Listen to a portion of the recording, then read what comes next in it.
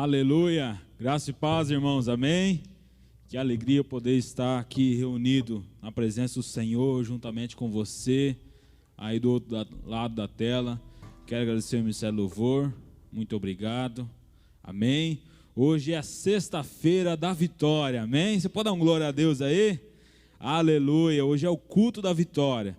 E eu gostaria muito que você abrisse o seu coração, porque Deus pode fazer um milagre aí no seu lar, na sua casa, pode te dar a vitória aí, amém? Eu gostaria que você abrisse a sua Bíblia comigo, por favor, em João capítulo 5, a partir do verso 1 nós vamos ler. João capítulo 5, a partir do verso 1. Eu quero ler esse texto com você. Você que está aí com a sua Bíblia, abra ela conosco e deixe aberta nesse texto. Nós vamos estudar um pouco esse texto hoje. Eu gostaria muito que você abrisse o seu coração. Amém? João capítulo 5. A partir do verso 1 diz assim: Passadas essas coisas, havia uma festa dos judeus, e Jesus subiu para Jerusalém. Ora, existe ali junto à porta das ovelhas um tanque chamado em hebraico Betesda, o qual tem 5 pavilhões. Nestes jazia uma multidão de enfermos, cegos, coxos e paralíticos, esperando que se movesse a água. Porquanto um anjo descia em certo tempo, agitando-a, e o primeiro que entrava no tanque, uma vez agitada a água, sarava de qualquer doença que tivesse. Estava ali um homem enfermo, havia 38 anos. Jesus, vendo-o deitado e sabendo que estava assim há muito tempo, perguntou-lhe: Queres ser curado?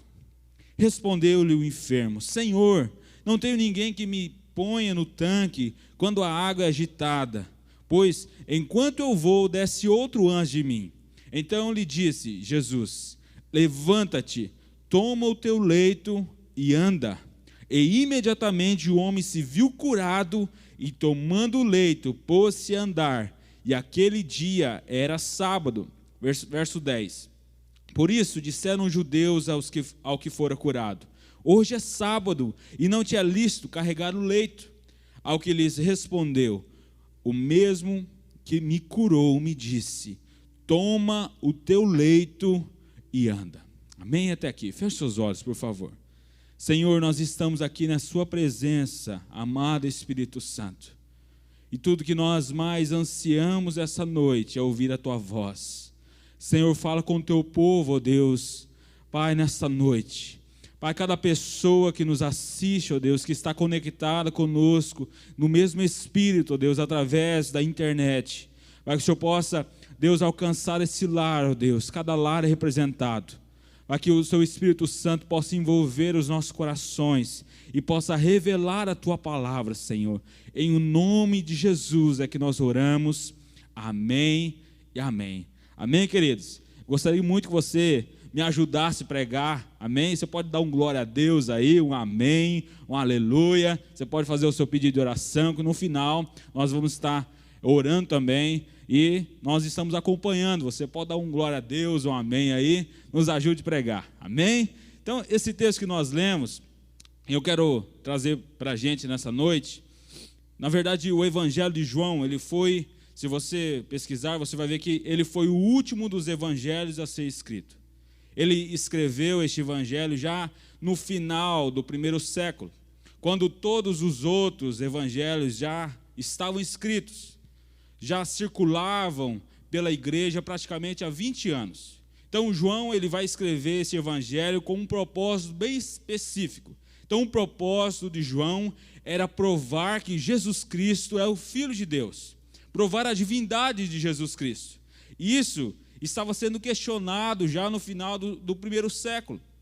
E João, ao escrever este evangelho, ele escolhe então 2 formas para provar que Jesus Cristo é Deus. Então, a primeira forma que João usa, ele provou que Jesus Cristo é Deus por possuir os mesmos atributos de Deus. Então, ele usando aquilo que ele escreveu lá em João 8, se você abrir lá em João 8, verso 58, lá diz: antes que Abraão existisse, eu sou. Então, o eu sou foi o grande nome de Deus revelado no Antigo Testamento a Moisés lá no Monte Sinai. Quando Moisés então pergunta qual o nome de Deus, Deus fala: o eu sou, o eu sou. Agora, João vai selecionar 7 declarações de Jesus dizendo eu sou. Agora, 7, se você analisar, 7 é o número da perfeição. Então, João estaria provando, como provou de fato, que Jesus Cristo é Deus, porque ele tem os mesmos atributos de Deus.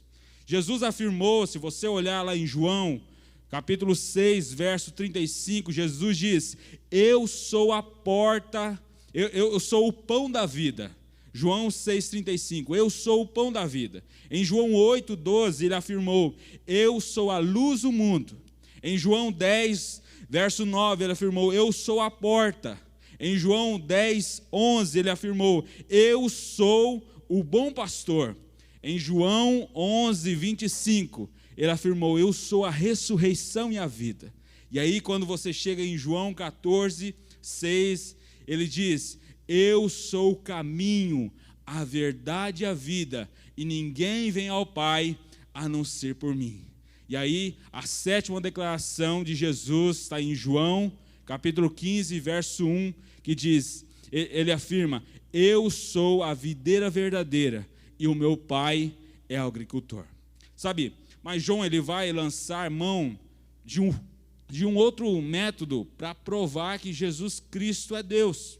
E aí, dentre os muitos feitos, os muitos sinais, milagres, maravilhas que Jesus operou, João ele deixa claro no capítulo 20 que se todos os milagres e sinais fossem registrados em uma linguagem bem simples, no português claro, nem todo mundo caberia todos os livros.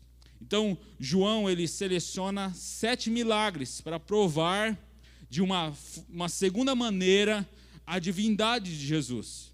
E é o que o nosso Jesus Cristo não só tem os atributos de Deus, como ele também realiza as mesmas obras de Deus. Amém? Então, o nosso Jesus, o meu Jesus, o seu Jesus, o Jesus que nós servimos, ele não só tem os atributos de Deus, como ele também realiza as mesmas obras de Deus.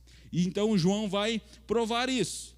João seleciona 7 milagres nesse livro. E o primeiro milagre está no capítulo 2, quando Jesus transforma a água em vinho. O segundo milagre, no capítulo 4, ele cura o filho do oficial. O terceiro milagre é esse que nós acabamos de mencionar, que é a cura do paralítico. O quarto milagre, no capítulo 6, ele multiplica os pães e os peixes. O quinto milagre, ainda no capítulo 6, ele anda sobre o mar. O sexto milagre, no capítulo 9, ele cura um cego de nascença. E o sétimo milagre, no capítulo 11, Jesus ressuscita Lázaro. Amém? Então, João conclui, se Jesus faz as obras de Deus, ele com certeza é Deus. Amém? Então, pois bem, é no terceiro milagre que Jesus realiza que nós queremos nos concentrar um pouco com você nesse momento. Diz a Escritura, a Bíblia diz que havia uma festa dos judeus e Jesus subiu para Jerusalém. E essa é uma linguagem muito fácil de você guardar, porque se você ver, você vai ver que Jerusalém ele está a 800 metros acima do nível do mar. Então, sempre que alguém vai até Jerusalém, você vai encontrar o verbo subir. Sempre que alguém sai de Jerusalém, você vai encontrar o verbo descer. Então, Jesus subiu para essa festa em Jerusalém. E ele era um judeu, Jesus era judeu. E ele cumpria a lei. E então, haviam festas em que o povo subia para Jerusalém para comemorar essas festas. E Jesus também vai nessa festa. E diz a Escritura, no verso 2 que a gente leu, que na cidade de Jerusalém, junto à porta das ovelhas, havia um tanque chamado em hebraico Betesda, com 5 pavilhões. Esta palavra Betesda significa casa de misericórdia.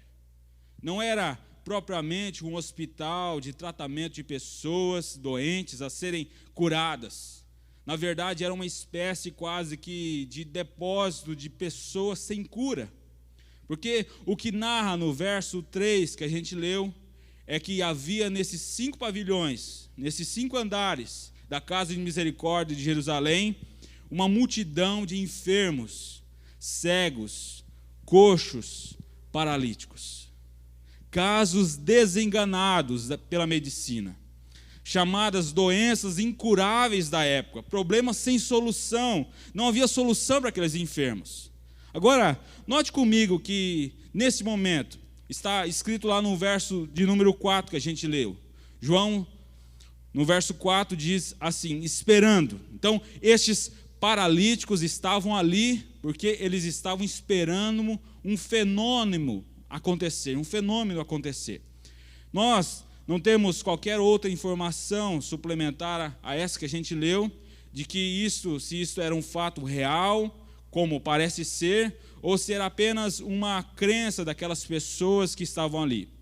É que nesse tanque, diz o texto que nós lemos, que descia um anjo em certo tempo.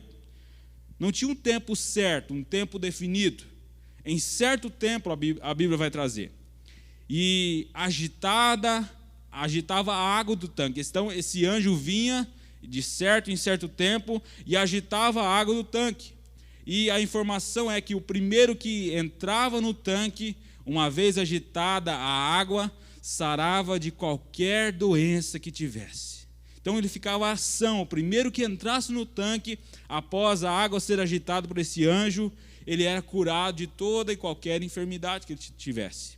Talvez, por essa razão, é que se aglomerava nesse local tanta gente doente, ou tanta gente desenganada, com uma doença impossível de ser tratada na época, como cegos, coxos, paralíticos. Mas vale destacar nessa noite, queridos, que Jesus, ao ir para Jerusalém, para uma festa, ele escolhe, Jesus prioriza ir para a casa de misericórdia. Embora Jesus se alegre com os que se alegram, ele prioriza até mesmo os que sofrem.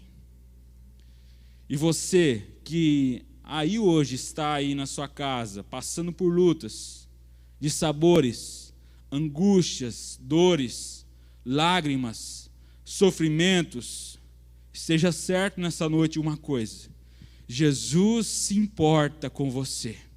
Jesus está com você, Ele não desampara você, amém? Você pode dar um glória a Deus aí? Amém? O texto diz, no verso 5, que estava ali um homem havia 38 anos.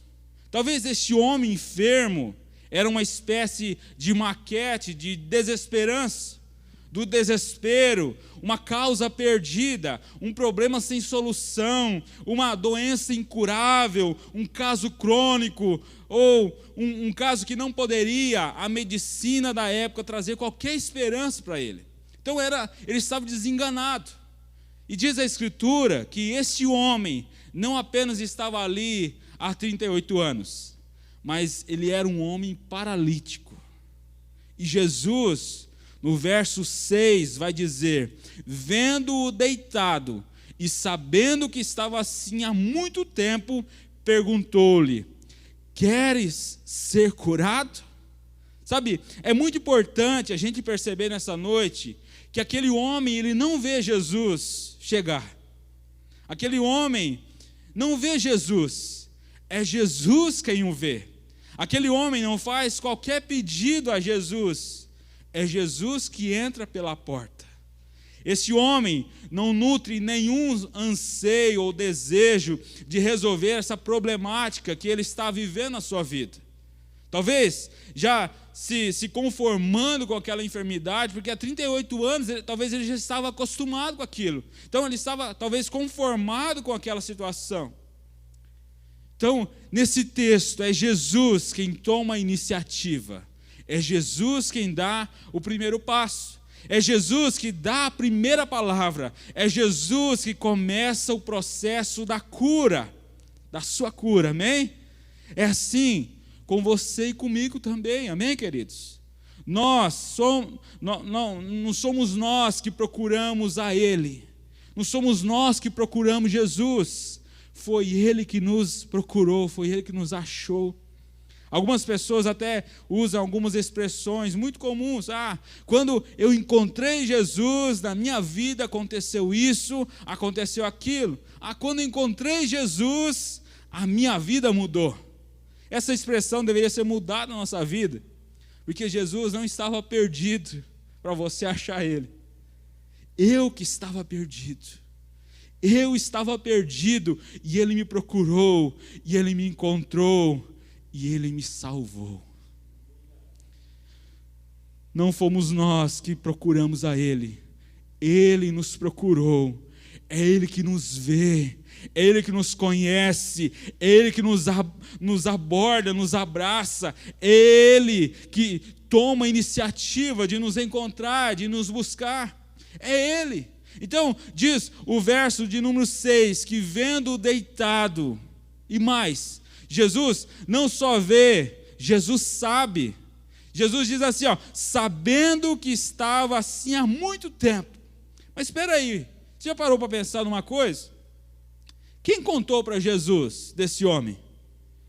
Jesus não pegou lá o prontuário médico dele e disse, olha, verdade, rapaz, esse homem está doente aqui há 38 anos. Esse homem está em uma situação crítica. Não foi isso que aconteceu. Ninguém precisou informar a Jesus para saber que ele estava ali há muito tempo. E na verdade estava há 38 anos. E Jesus então faz uma pergunta maravilhosa para esse homem. E o tema da minha mensagem nessa noite é: queres ser curado? Amém? Queres ser curado? Eu extraio aqui desse versículo de número 6 o tema da mensagem de hoje. Você quer ser curado? Essa é a pergunta nessa noite. Você quer ser curado? Jesus não está perguntando quão grave é o seu problema. Jesus não está perguntando há quanto tempo você sofre com esse problema. Jesus não está perguntando se os recursos disponíveis são eficientes e eficazes para resolver esse mal na sua vida. Jesus não está perguntando quais foram as causas que levaram você a enfrentar esse problema. Jesus não está perguntando quantas pessoas que contribuíram nesse processo do seu adoecimento. Ele está fazendo agora você a pergunta, uma pergunta pessoal e direta. Você quer ser curado? Não importa qual seja o seu problema. Talvez o seu problema é um pecado que você cometeu, algo específico, definido, que você sabe o dia, a hora, o mês, as circunstâncias. Isso atormenta você, isso é como o chicote da culpa açoitar você dia e de noite. E Jesus está perguntando: você quer a solução para esse problema? Você quer perdão? Você quer restauração? Você quer libertação disso? Talvez o seu problema é um problema familiar, é um problema que se arrasta há anos, é um problema de traumas, é um problema de abuso na infância, é um problema que você talvez é ferido, machucado, atormentado, açoitado pelo chicote da culpa, e você arrasta-se com isso a vida inteira. E hoje Jesus está aqui perguntando para você: você quer ser curado? Talvez o seu problema é uma enfermidade física, que a medicina não tem saída, não tem resposta. E o médico dos médicos está hoje perguntando para você: você quer ser curado? Não importa quanto tempo. Aquele homem estava ali há 38 anos. E eu imagino que numa cama, numa maca ali, mal cheirosa, algo fedido já. Eu imagino como esse homem, com um corpo completamente mirrado, seus músculos já atrofiados, a pele talvez já enegrecida, com feridas no seu corpo todo, com pus em seu corpo. E Jesus não pergunta para esse homem se o problema dele é grave, se o problema dele é insolúvel na perspectiva humana, se o problema dele não tem solução aos olhos da ciência da sua época. Jesus não pergunta nada disso. Ele pergunta: você quer ser curado? E essa é a pergunta que Jesus faz a você e a mim nessa noite. Nesse momento, nessas circunstâncias de grande angústia que nós estamos vivendo no nosso país, no Brasil e no mundo, você quer ser curado? Diante de uma pergunta maravilhosa como esta, esse homem dá uma resposta um tanto quanto emblemática. Porque diante de uma pergunta tão direta de Jesus, a resposta só poderia ser: eu quero ou eu não quero. Mas, pensa comigo, por que Jesus fez essa pergunta? Por que Jesus ele faz essa pergunta para esse homem? Você quer ser curado? Por que Jesus faz essa pergunta? Porventura, existe algum doente que não queira ser curado? Porventura, existe alguém sofrendo que não queira alívio? Porventura, existe alguém achatado debaixo de um peso esmagador que não quer um socorro para se livrar disso? Porventura, por que a pergunta de Jesus? Por que Jesus faz essa pergunta? Não parece tão óbvia demais? Não é tão óbvio para responder? Na verdade, Jesus ele queria ir um pouco mais a fundo na vida desse homem. E a resposta que esse homem dá à pergunta de Jesus abre por completo o prontuário da sua alma para retratar e revelar algumas dores mais profundas do que a sua quarentena dentro de um hospital chamado Casa de Misericórdia, onde ele estava há 38 anos sem poder se mexer. Olha a resposta desse homem. Ele diz: eu não tenho ninguém. Talvez não tenha nada que machuque mais o ser humano do que se sentir um objeto descartado ou descartável, sentir-se um zero à esquerda. Ninguém mais se importa, ninguém mais me visita, ninguém mais me telefona, ninguém mais me procura, ninguém mais se interessa comigo. Sabe quantas pessoas estão vivendo assim? Sem amor, sem amizade, sem afeto, sem valor, sem dignidade pessoal, no ostracismo da vida, no abandono completo. Quando esse homem responde a pergunta de Jesus, ele diz: eu não tenho ninguém. Ele está dizendo: sempre alguém está na minha frente. Eu sempre estou lá no final da fila. Eu sempre sou deixado para trás. Eu sempre sou desprezado. Eu nunca recebo a atenção prioritária de ninguém há 38 anos. Talvez você se sente assim nessa noite, cercado de muita gente, talvez convivendo debaixo do mesmo teto com a sua família, e você se sente completamente só, deixado sozinho, abandonado. Talvez as pessoas não olham para o espelho da sua alma, não veem o valor que você tem, os clamores da sua alma, as angústias do seu coração, e você talvez está vivendo dentro da sua casa, mas completamente isolado, massacrado emocionalmente. E Jesus nessa noite está olhando para você e te fazendo uma pergunta: você quer ser curado? Diante de uma pergunta maravilhosa de Jesus, vem também uma ordem maravilhosa do Mestre. Veja você a ordem que Jesus dá a esse homem, no verso 8. Vem projeto para mim. João 5, verso 8. Olha o que diz lá. João capítulo 5, verso 8 diz assim: então lhe disse Jesus: levanta-te, levanta-te, toma o teu leito e anda. Olha a ordem de Jesus para esse homem. Se a pergunta foi óbvia demais, a ordem parece absurda demais. Porque tudo que um paralítico sempre desejou fazer na vida foi andar. O que o paralítico mais quer na vida, com certeza, é andar. A coisa que ele mais quis fazer durante esses 38 anos foi andar. Mas a única coisa, talvez, que ele não conseguisse fazer era andar. Porém, aquele que dá a ordem também dá o poder para que a ordem se cumpra na vida dele. Amém? Porque na medida em que ele dá uma ordem, na medida em que Jesus dá uma ordem, o poder acompanha a ordem para que a ordem se torne realidade. Amém, queridos?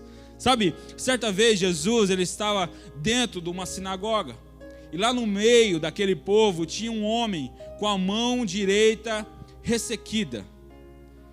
E a Bíblia diz que Jesus olha para aquele homem no meio daquela sinagoga e diz: põe-te em pé. E depois Jesus diz: vem para o meio. E depois Jesus diz: estende a tua mão. Sabe, aquele homem podia dizer: mas eu sempre quis estender a minha mão e eu não posso. Mas diante da ordem de Jesus, a mão se estendeu e ficou curada. Sabe, e eu fico imaginando Jesus lá na boca do túmulo do Lázaro. É um buraco. Se você pesquisar, você vai ver, é um buraco cavado na rocha, lá dentro. E Jesus chega na boca do túmulo e grita: Lázaro, vem para fora. E aquele que estava morto há 4 dias, já em decomposição, escuta a voz de Jesus e sai do túmulo. Porque há poder na voz de Jesus. Amém, queridos? Há poder na voz de Jesus. Ele está dando uma ordem direta para você nessa noite. Levanta-te. Para de ficar prostrado, para de ficar caído, chega de ficar nessa maca, desprezado, desvalorizado, rejeitado. Levanta-te, toma o teu leito e anda. Amém? E diante de uma pergunta maravilhosa de Jesus, e também diante dessa ordem maravilhosa de Jesus, vem um resultado maravilhoso. O verso de número 9 diz, João 5,9: e imediatamente o homem se viu curado e tomando o leito, pôs-se a andar. Sabe, as curas de Jesus nunca foram curas a crediário, a prestação, em doses homeopáticas. As curas de Jesus foram reais, concretas, públicas e verificáveis. E eu fico imaginando que um homem que está há 38 anos deitado numa maca, mesmo que curado, mesmo que não fosse um paralítico, precisaria hoje, diríamos, passar por muitas sessões de fisioterapia para tentar voltar a tonificar os músculos e andar. Porém, a ordem de Jesus é real e o resultado é concreto. O homem sai andando. Ele estava há 38 anos paralítico e ele é curado e ele não precisa fazer uma sessão de fisioterapia. Ele sai andando, ele sente no seu corpo que ele está curado e ele começa a andar. Olha o milagre de Jesus, algo concreto, algo real. O homem não se pôs só em pé, mas passou a andar plenamente, completamente. Porque a cura de Jesus acontece de forma eficaz e imediata. Amém, queridos? Eu quero dizer a você nessa noite que talvez você está com o seu corpo doente. Talvez você está doente do corpo, da mente, das emoções, da alma, nos seus relacionamentos. Talvez dentro da sua casa, aflito, desesperado, machucado, talvez ferido, culpado, cheio de angústia, de dor. Agora mesmo, o Rei dos Reis, o Senhor dos Senhores, aquele que é o Deus vivo, aquele que é o médico dos médicos, está perguntando para você nessa noite: você quer ser curado? Amém?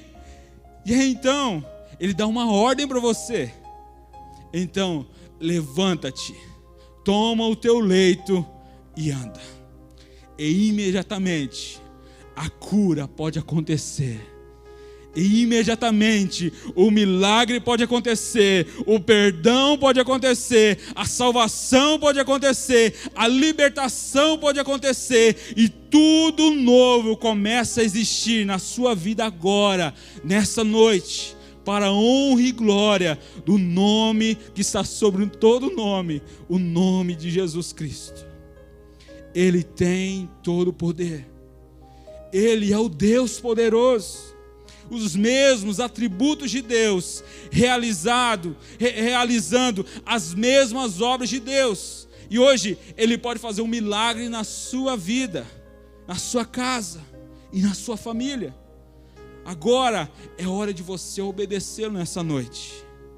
O que você vai fazer? Sabe, e é interessante uma tradução da Bíblia que diz, lá no verso 8 que a gente leu, do capítulo 5 de João, tem uma versão que o nome da versão é O Livro. Essa versão ela traz o seguinte, João 5 verso 8, diz assim, levanta-te, toma a tua cama e vai para a tua casa. Agora, imagina você no lugar daquele homem. Jesus, ele vem ao seu encontro, faz uma pergunta maravilhosa para você: queres ser curado? Você quer ser curado? E aí ele dá uma ordem expressa e direta. Ele diz: levanta-te, toma a tua cama e vai para a tua casa. Olha a ordem de Jesus nessa versão da Bíblia. Que coisa esquisita. Levanta-te, né? Tá tudo jóia. Ficou de pé. O homem se levantou. Agora pega a sua cama e vai para onde? Para casa. Gente, qual que era a última coisa que aquele homem gostaria de ver na vida? Com certeza era a cama dele. Ele estava 38 anos deitado naquela cama. Agora, mandar levar a cama para casa é uma crueldade, não é? Uma tortura. Levanta-te, toma a tua cama e leva para a tua casa. Se Jesus falasse: levanta, pega a tua cama e joga ali no lixo, ali na esquina, ali, seria melhor, não seria? Jesus diz: levanta-te e leva a cama para casa. Para que isso? Jesus está querendo dizer o que para esse homem? Jesus está querendo dizer para o homem: leva a cama para casa e põe ela num lugar bem visível, que o dia que você pular, o dia que você virar cambalhota, o dia que você andar, o dia que você correr, o dia que você achar que você é o cara, dá uma olhada para a cama. Olha para quem você era e quem foi que te tirou de lá. Sabe, às vezes muitos de nós, por não levarmos a nossa cama para casa, nos esquecemos tão rápido do que vivíamos, de quem éramos, do que tínhamos. E Jesus nessa noite vem nos lembrar de quem nós éramos. Isso me fez refletir um pouco, quando nós lemos em 1 Pedro 2, verso 10, vai nos dizer que nós, eu e você, não éramos nem povo de Deus, mas quando Jesus nos encontrou, nós então nos tornamos filhos de Deus. Efésios capítulo 2, verso 1, vai dizer que nós estávamos mortos em nossos pecados e delitos, mas Ele nos vivificou, nos deu vida, nos deu esperança, nos deu movimento. Nós estávamos condenados à morte eterna, mas Ele nos amou. Amém? Romanos 5, verso 8 diz que Deus provou o seu amor para conosco, em que Cristo Jesus morreu por nós, morreu por mim, morreu por você, sendo nós ainda pecadores. Nós não tínhamos direito, nós não tínhamos nada a oferecer a Ele, mas Ele vem ao nosso encontro. E eu não sei o que Ele viu em mim, eu não sei o que Ele viu em você, mas Ele provou o seu amor para conosco, não só com palavras. Ele não provou o seu amor para conosco como o amor de um namorado pela namorada, fala eu te amo. Não, Ele provou o seu amor para conosco. Ele provou dando Jesus, seu único filho, para morrer numa cruz por um pecador como eu. Eu não merecia, mas a graça dele me deu vida. Eu não tinha nada a oferecer. E talvez eu já estava acostumado naquela cama, naquele leito, como paralítico. Há 38 anos, já estava conformado. Eu já estava condenado ao inferno, à morte eterna. Mas aí vem Jesus ao meu encontro, e Ele me acha, e Ele me dá vida, Ele me dá esperança. Meu irmão, e na real, eu e você somos esse paralítico. Nós, como esse paralítico, estamos condenados ao sofrimento, à morte, sem qualquer expectativa de vida, abandonados, caídos no chão, à espera que algo nos tirasse daquela situação, no leito do pecado. E mesmo paralítico, sem nada a oferecer, em cima da maca do pecado, Ele me encontrou, me deu vida, me deu movimento. E Ele pode te encontrar nessa noite também. Ele pode te dar vida também, e vida eterna. Agora, imagine isso. Jesus faz a pergunta maravilhosa: queres ser curado? E aí Jesus dá uma ordem maravilhosa: pega a sua cama e anda, e vai para a tua casa. E o milagre acontece. Imediatamente aquele homem, ele levanta e ele começa a andar. E aí, se você ler mais para frente, você vai ver que aquele paralítico, aquele ex-paralítico, pegou a cama e está agora levando a cama para casa. Quando de repente ele encontra alguns judeus. E os judeus eram religiosos. E esses judeus, eles dizem para esse ex-paralítico: ei, meu amigo, hoje é sábado. Você não pode carregar a cama, cara. Hoje é sábado. Você não pode carregar. Rapaz, com as costas, com a cama nas costas, aquele ex-paralítico com a cama nas costas, ele responde: sabe, eu estava lá sentado, cara. Sabe, paralítico lá, 38 anos. Ninguém nunca fez nada por mim. E aí falou um homem assim: levanta-te, coloca a tua cama nas costas e vai para a tua casa. E ele disse para os judeus: deixa eu te explicar uma coisa, meu amigo. Eu só estou carregando essa cama aqui porque quem mandou eu carregar foi o homem que me fez andar. Foi o homem que me deu movimento. E se o homem que mudou a minha história mandou eu carregar a cama, eu vou carregar. Amém? Qualquer coisa eu vou carregar, porque Ele mandou. E sabe, hoje nós vemos pessoas talvez mais preocupadas em agradar e obedecer a quem não fez nada por você, quem não te trouxe nenhum benefício, e você talvez fica com vergonha de obedecer aquele que te fez andar, aquele que mudou a história da sua vida, que te regenerou. Sabe, hoje nós vemos pessoas que têm vergonha de assumir uma postura digna, porque querem honrar os seus amigos, o seu ciclo social, mas não querem assumir uma postura daquele que mudou a história da nossa vida, o autor e consumador da nossa fé.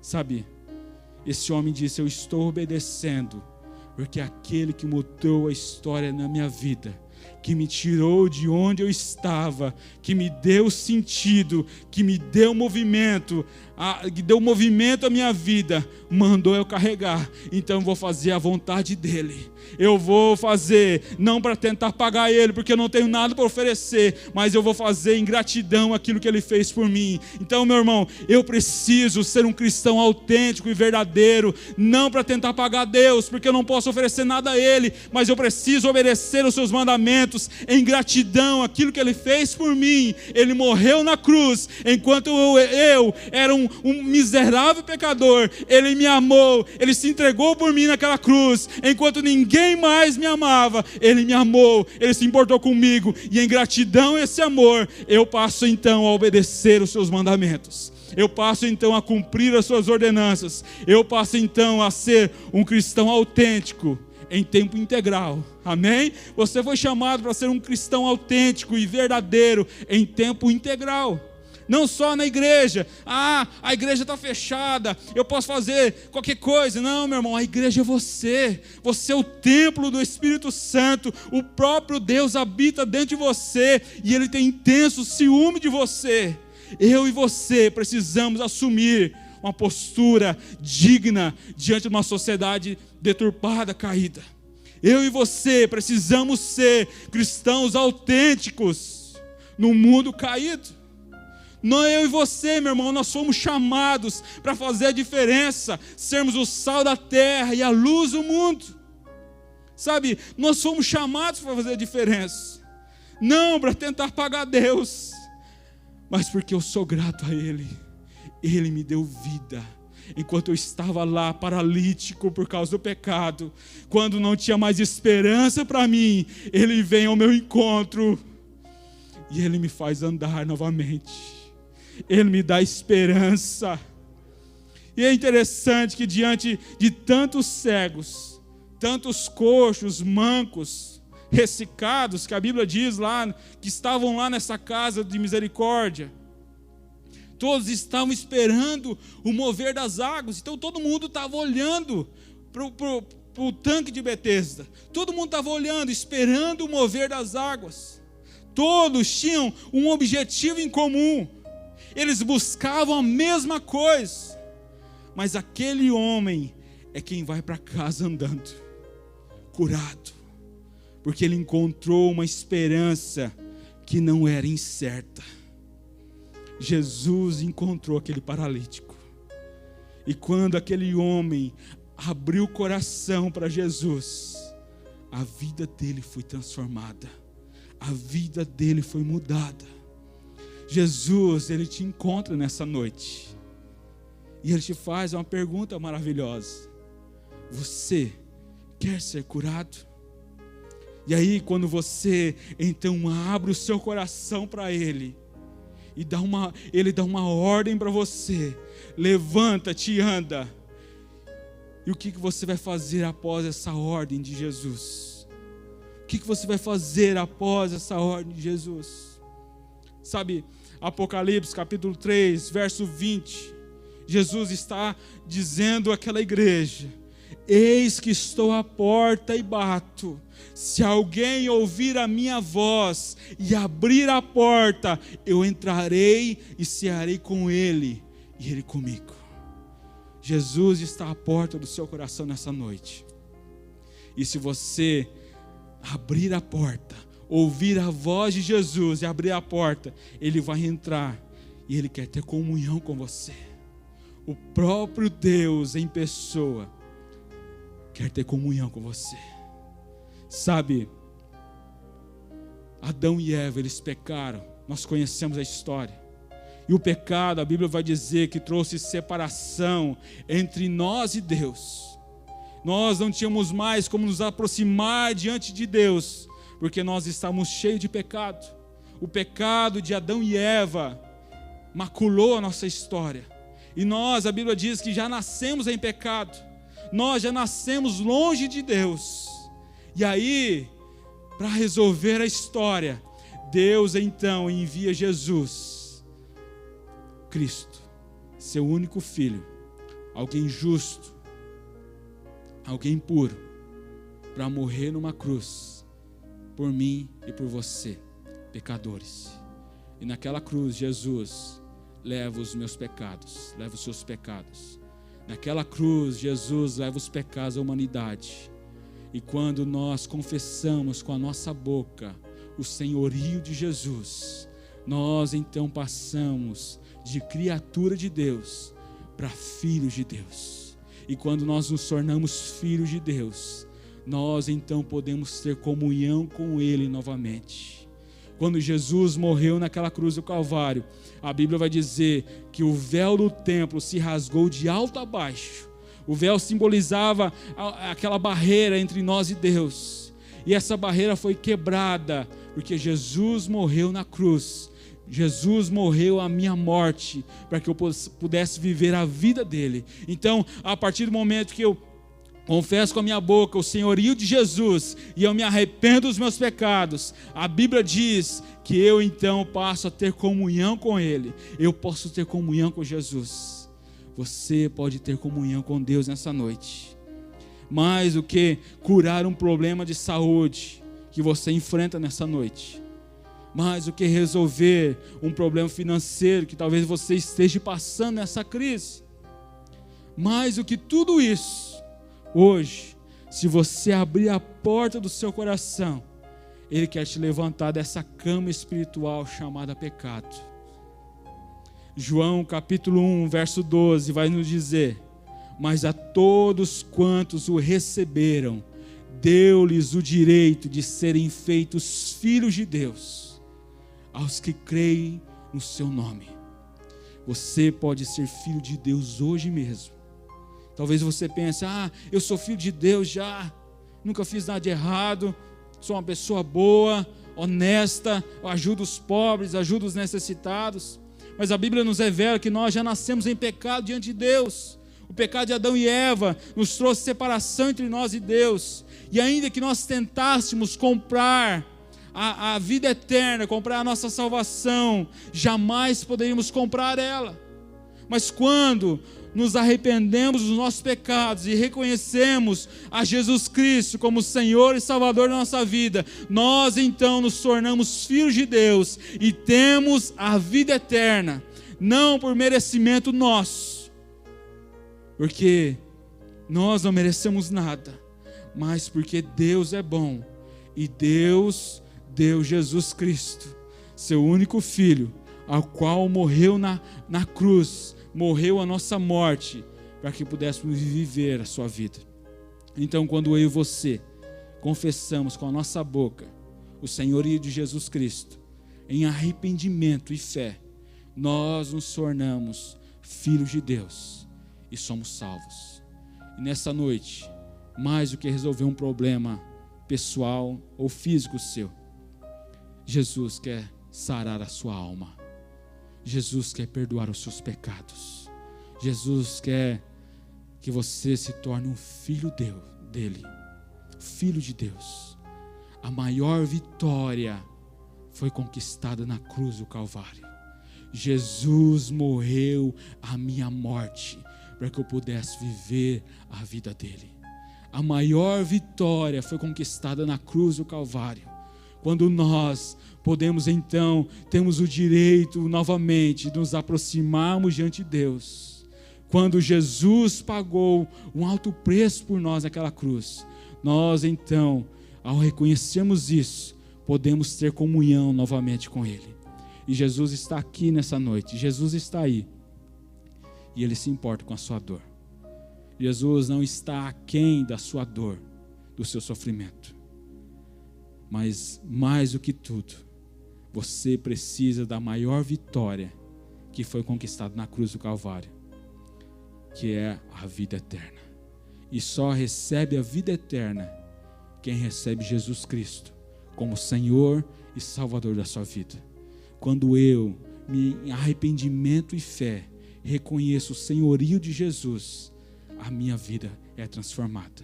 Quando eu abro a porta do meu coração, como fez aquele paralítico que estava há 38 anos naquela maca, a maca do desprezo, na maca da angústia, a maca do sofrimento. Ele estava 38 anos sofrendo, mas quando ele abre o coração para Jesus, e Jesus vai ao encontro dele, ele é curado, ele é sarado. E você pode ser curado nessa noite, curado na sua alma, se você, em arrependimento nessa noite, reconhecer o senhorio de Jesus na sua vida. Ele está à porta do seu coração. Eu não poderia encerrar essa mensagem. Daqui a pouco nós vamos orar pelos pedidos de oração também. Nós vamos orar por você que está enfermo. Mas antes eu quero fazer um apelo para você nessa noite. Se você nessa noite reconhece que você precisa ser curado, você nessa noite deseja ser curado por Jesus, você nessa noite entende que você necessita de uma aliança com Jesus, eu gostaria de orar por você.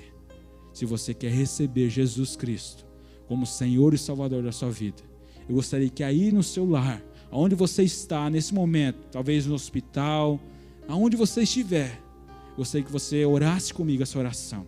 Feche seus olhos aonde você está. Quando você confessa com a sua boca o senhorio de Jesus, você passa então a ser filho de Deus. Você pode ser filho de Deus agora mesmo. Eu gostaria que você orasse comigo essa oração. Feche seus olhos.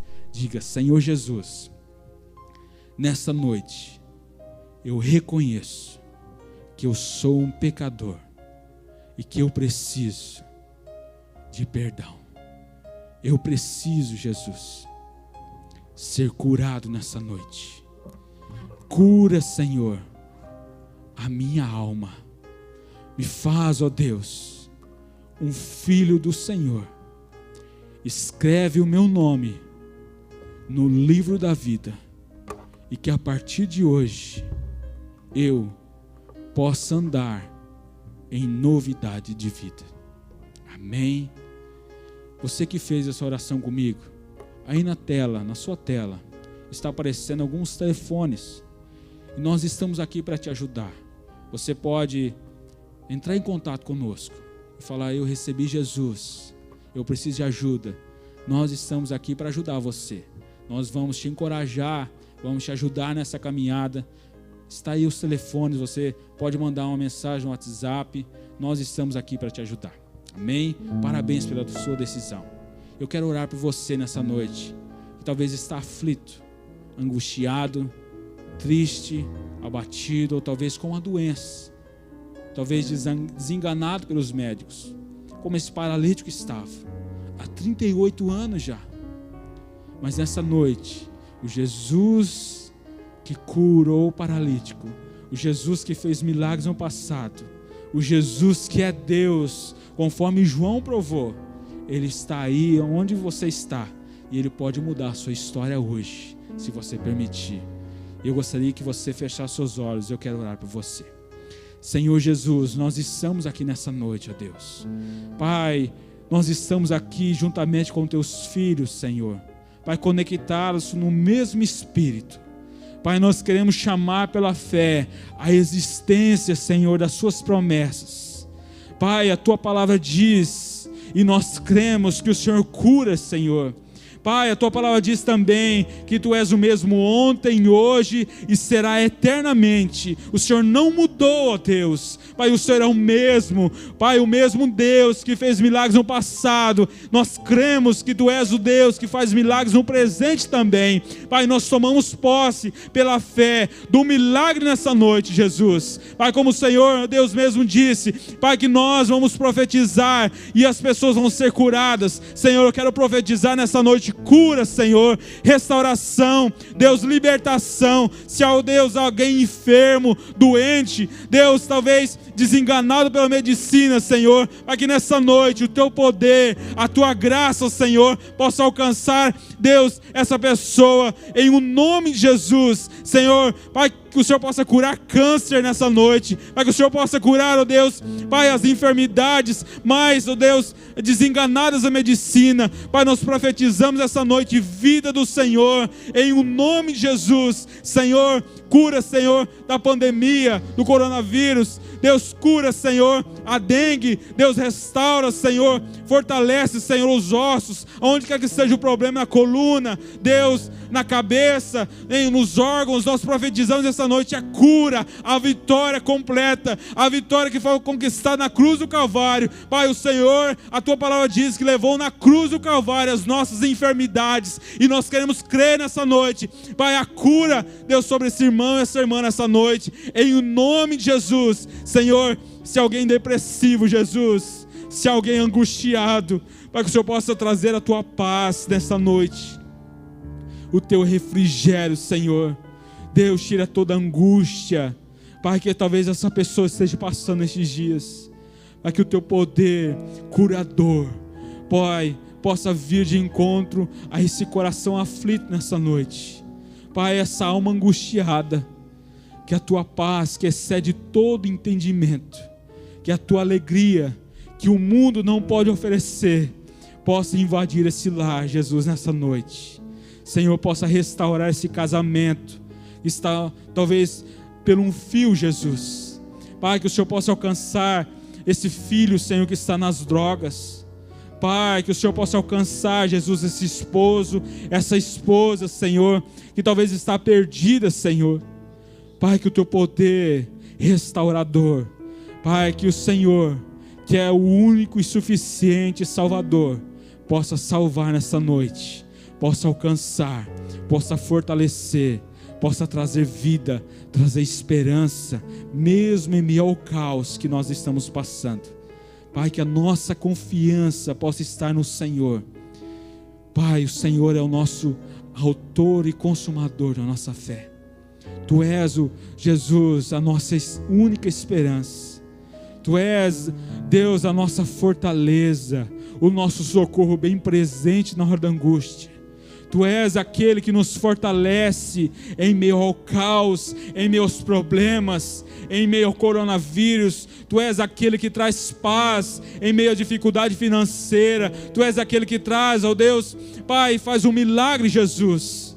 Pai, nós cremos no Senhor e queremos descansar nos seus cuidados nessa noite, no nome de Jesus, ó Deus.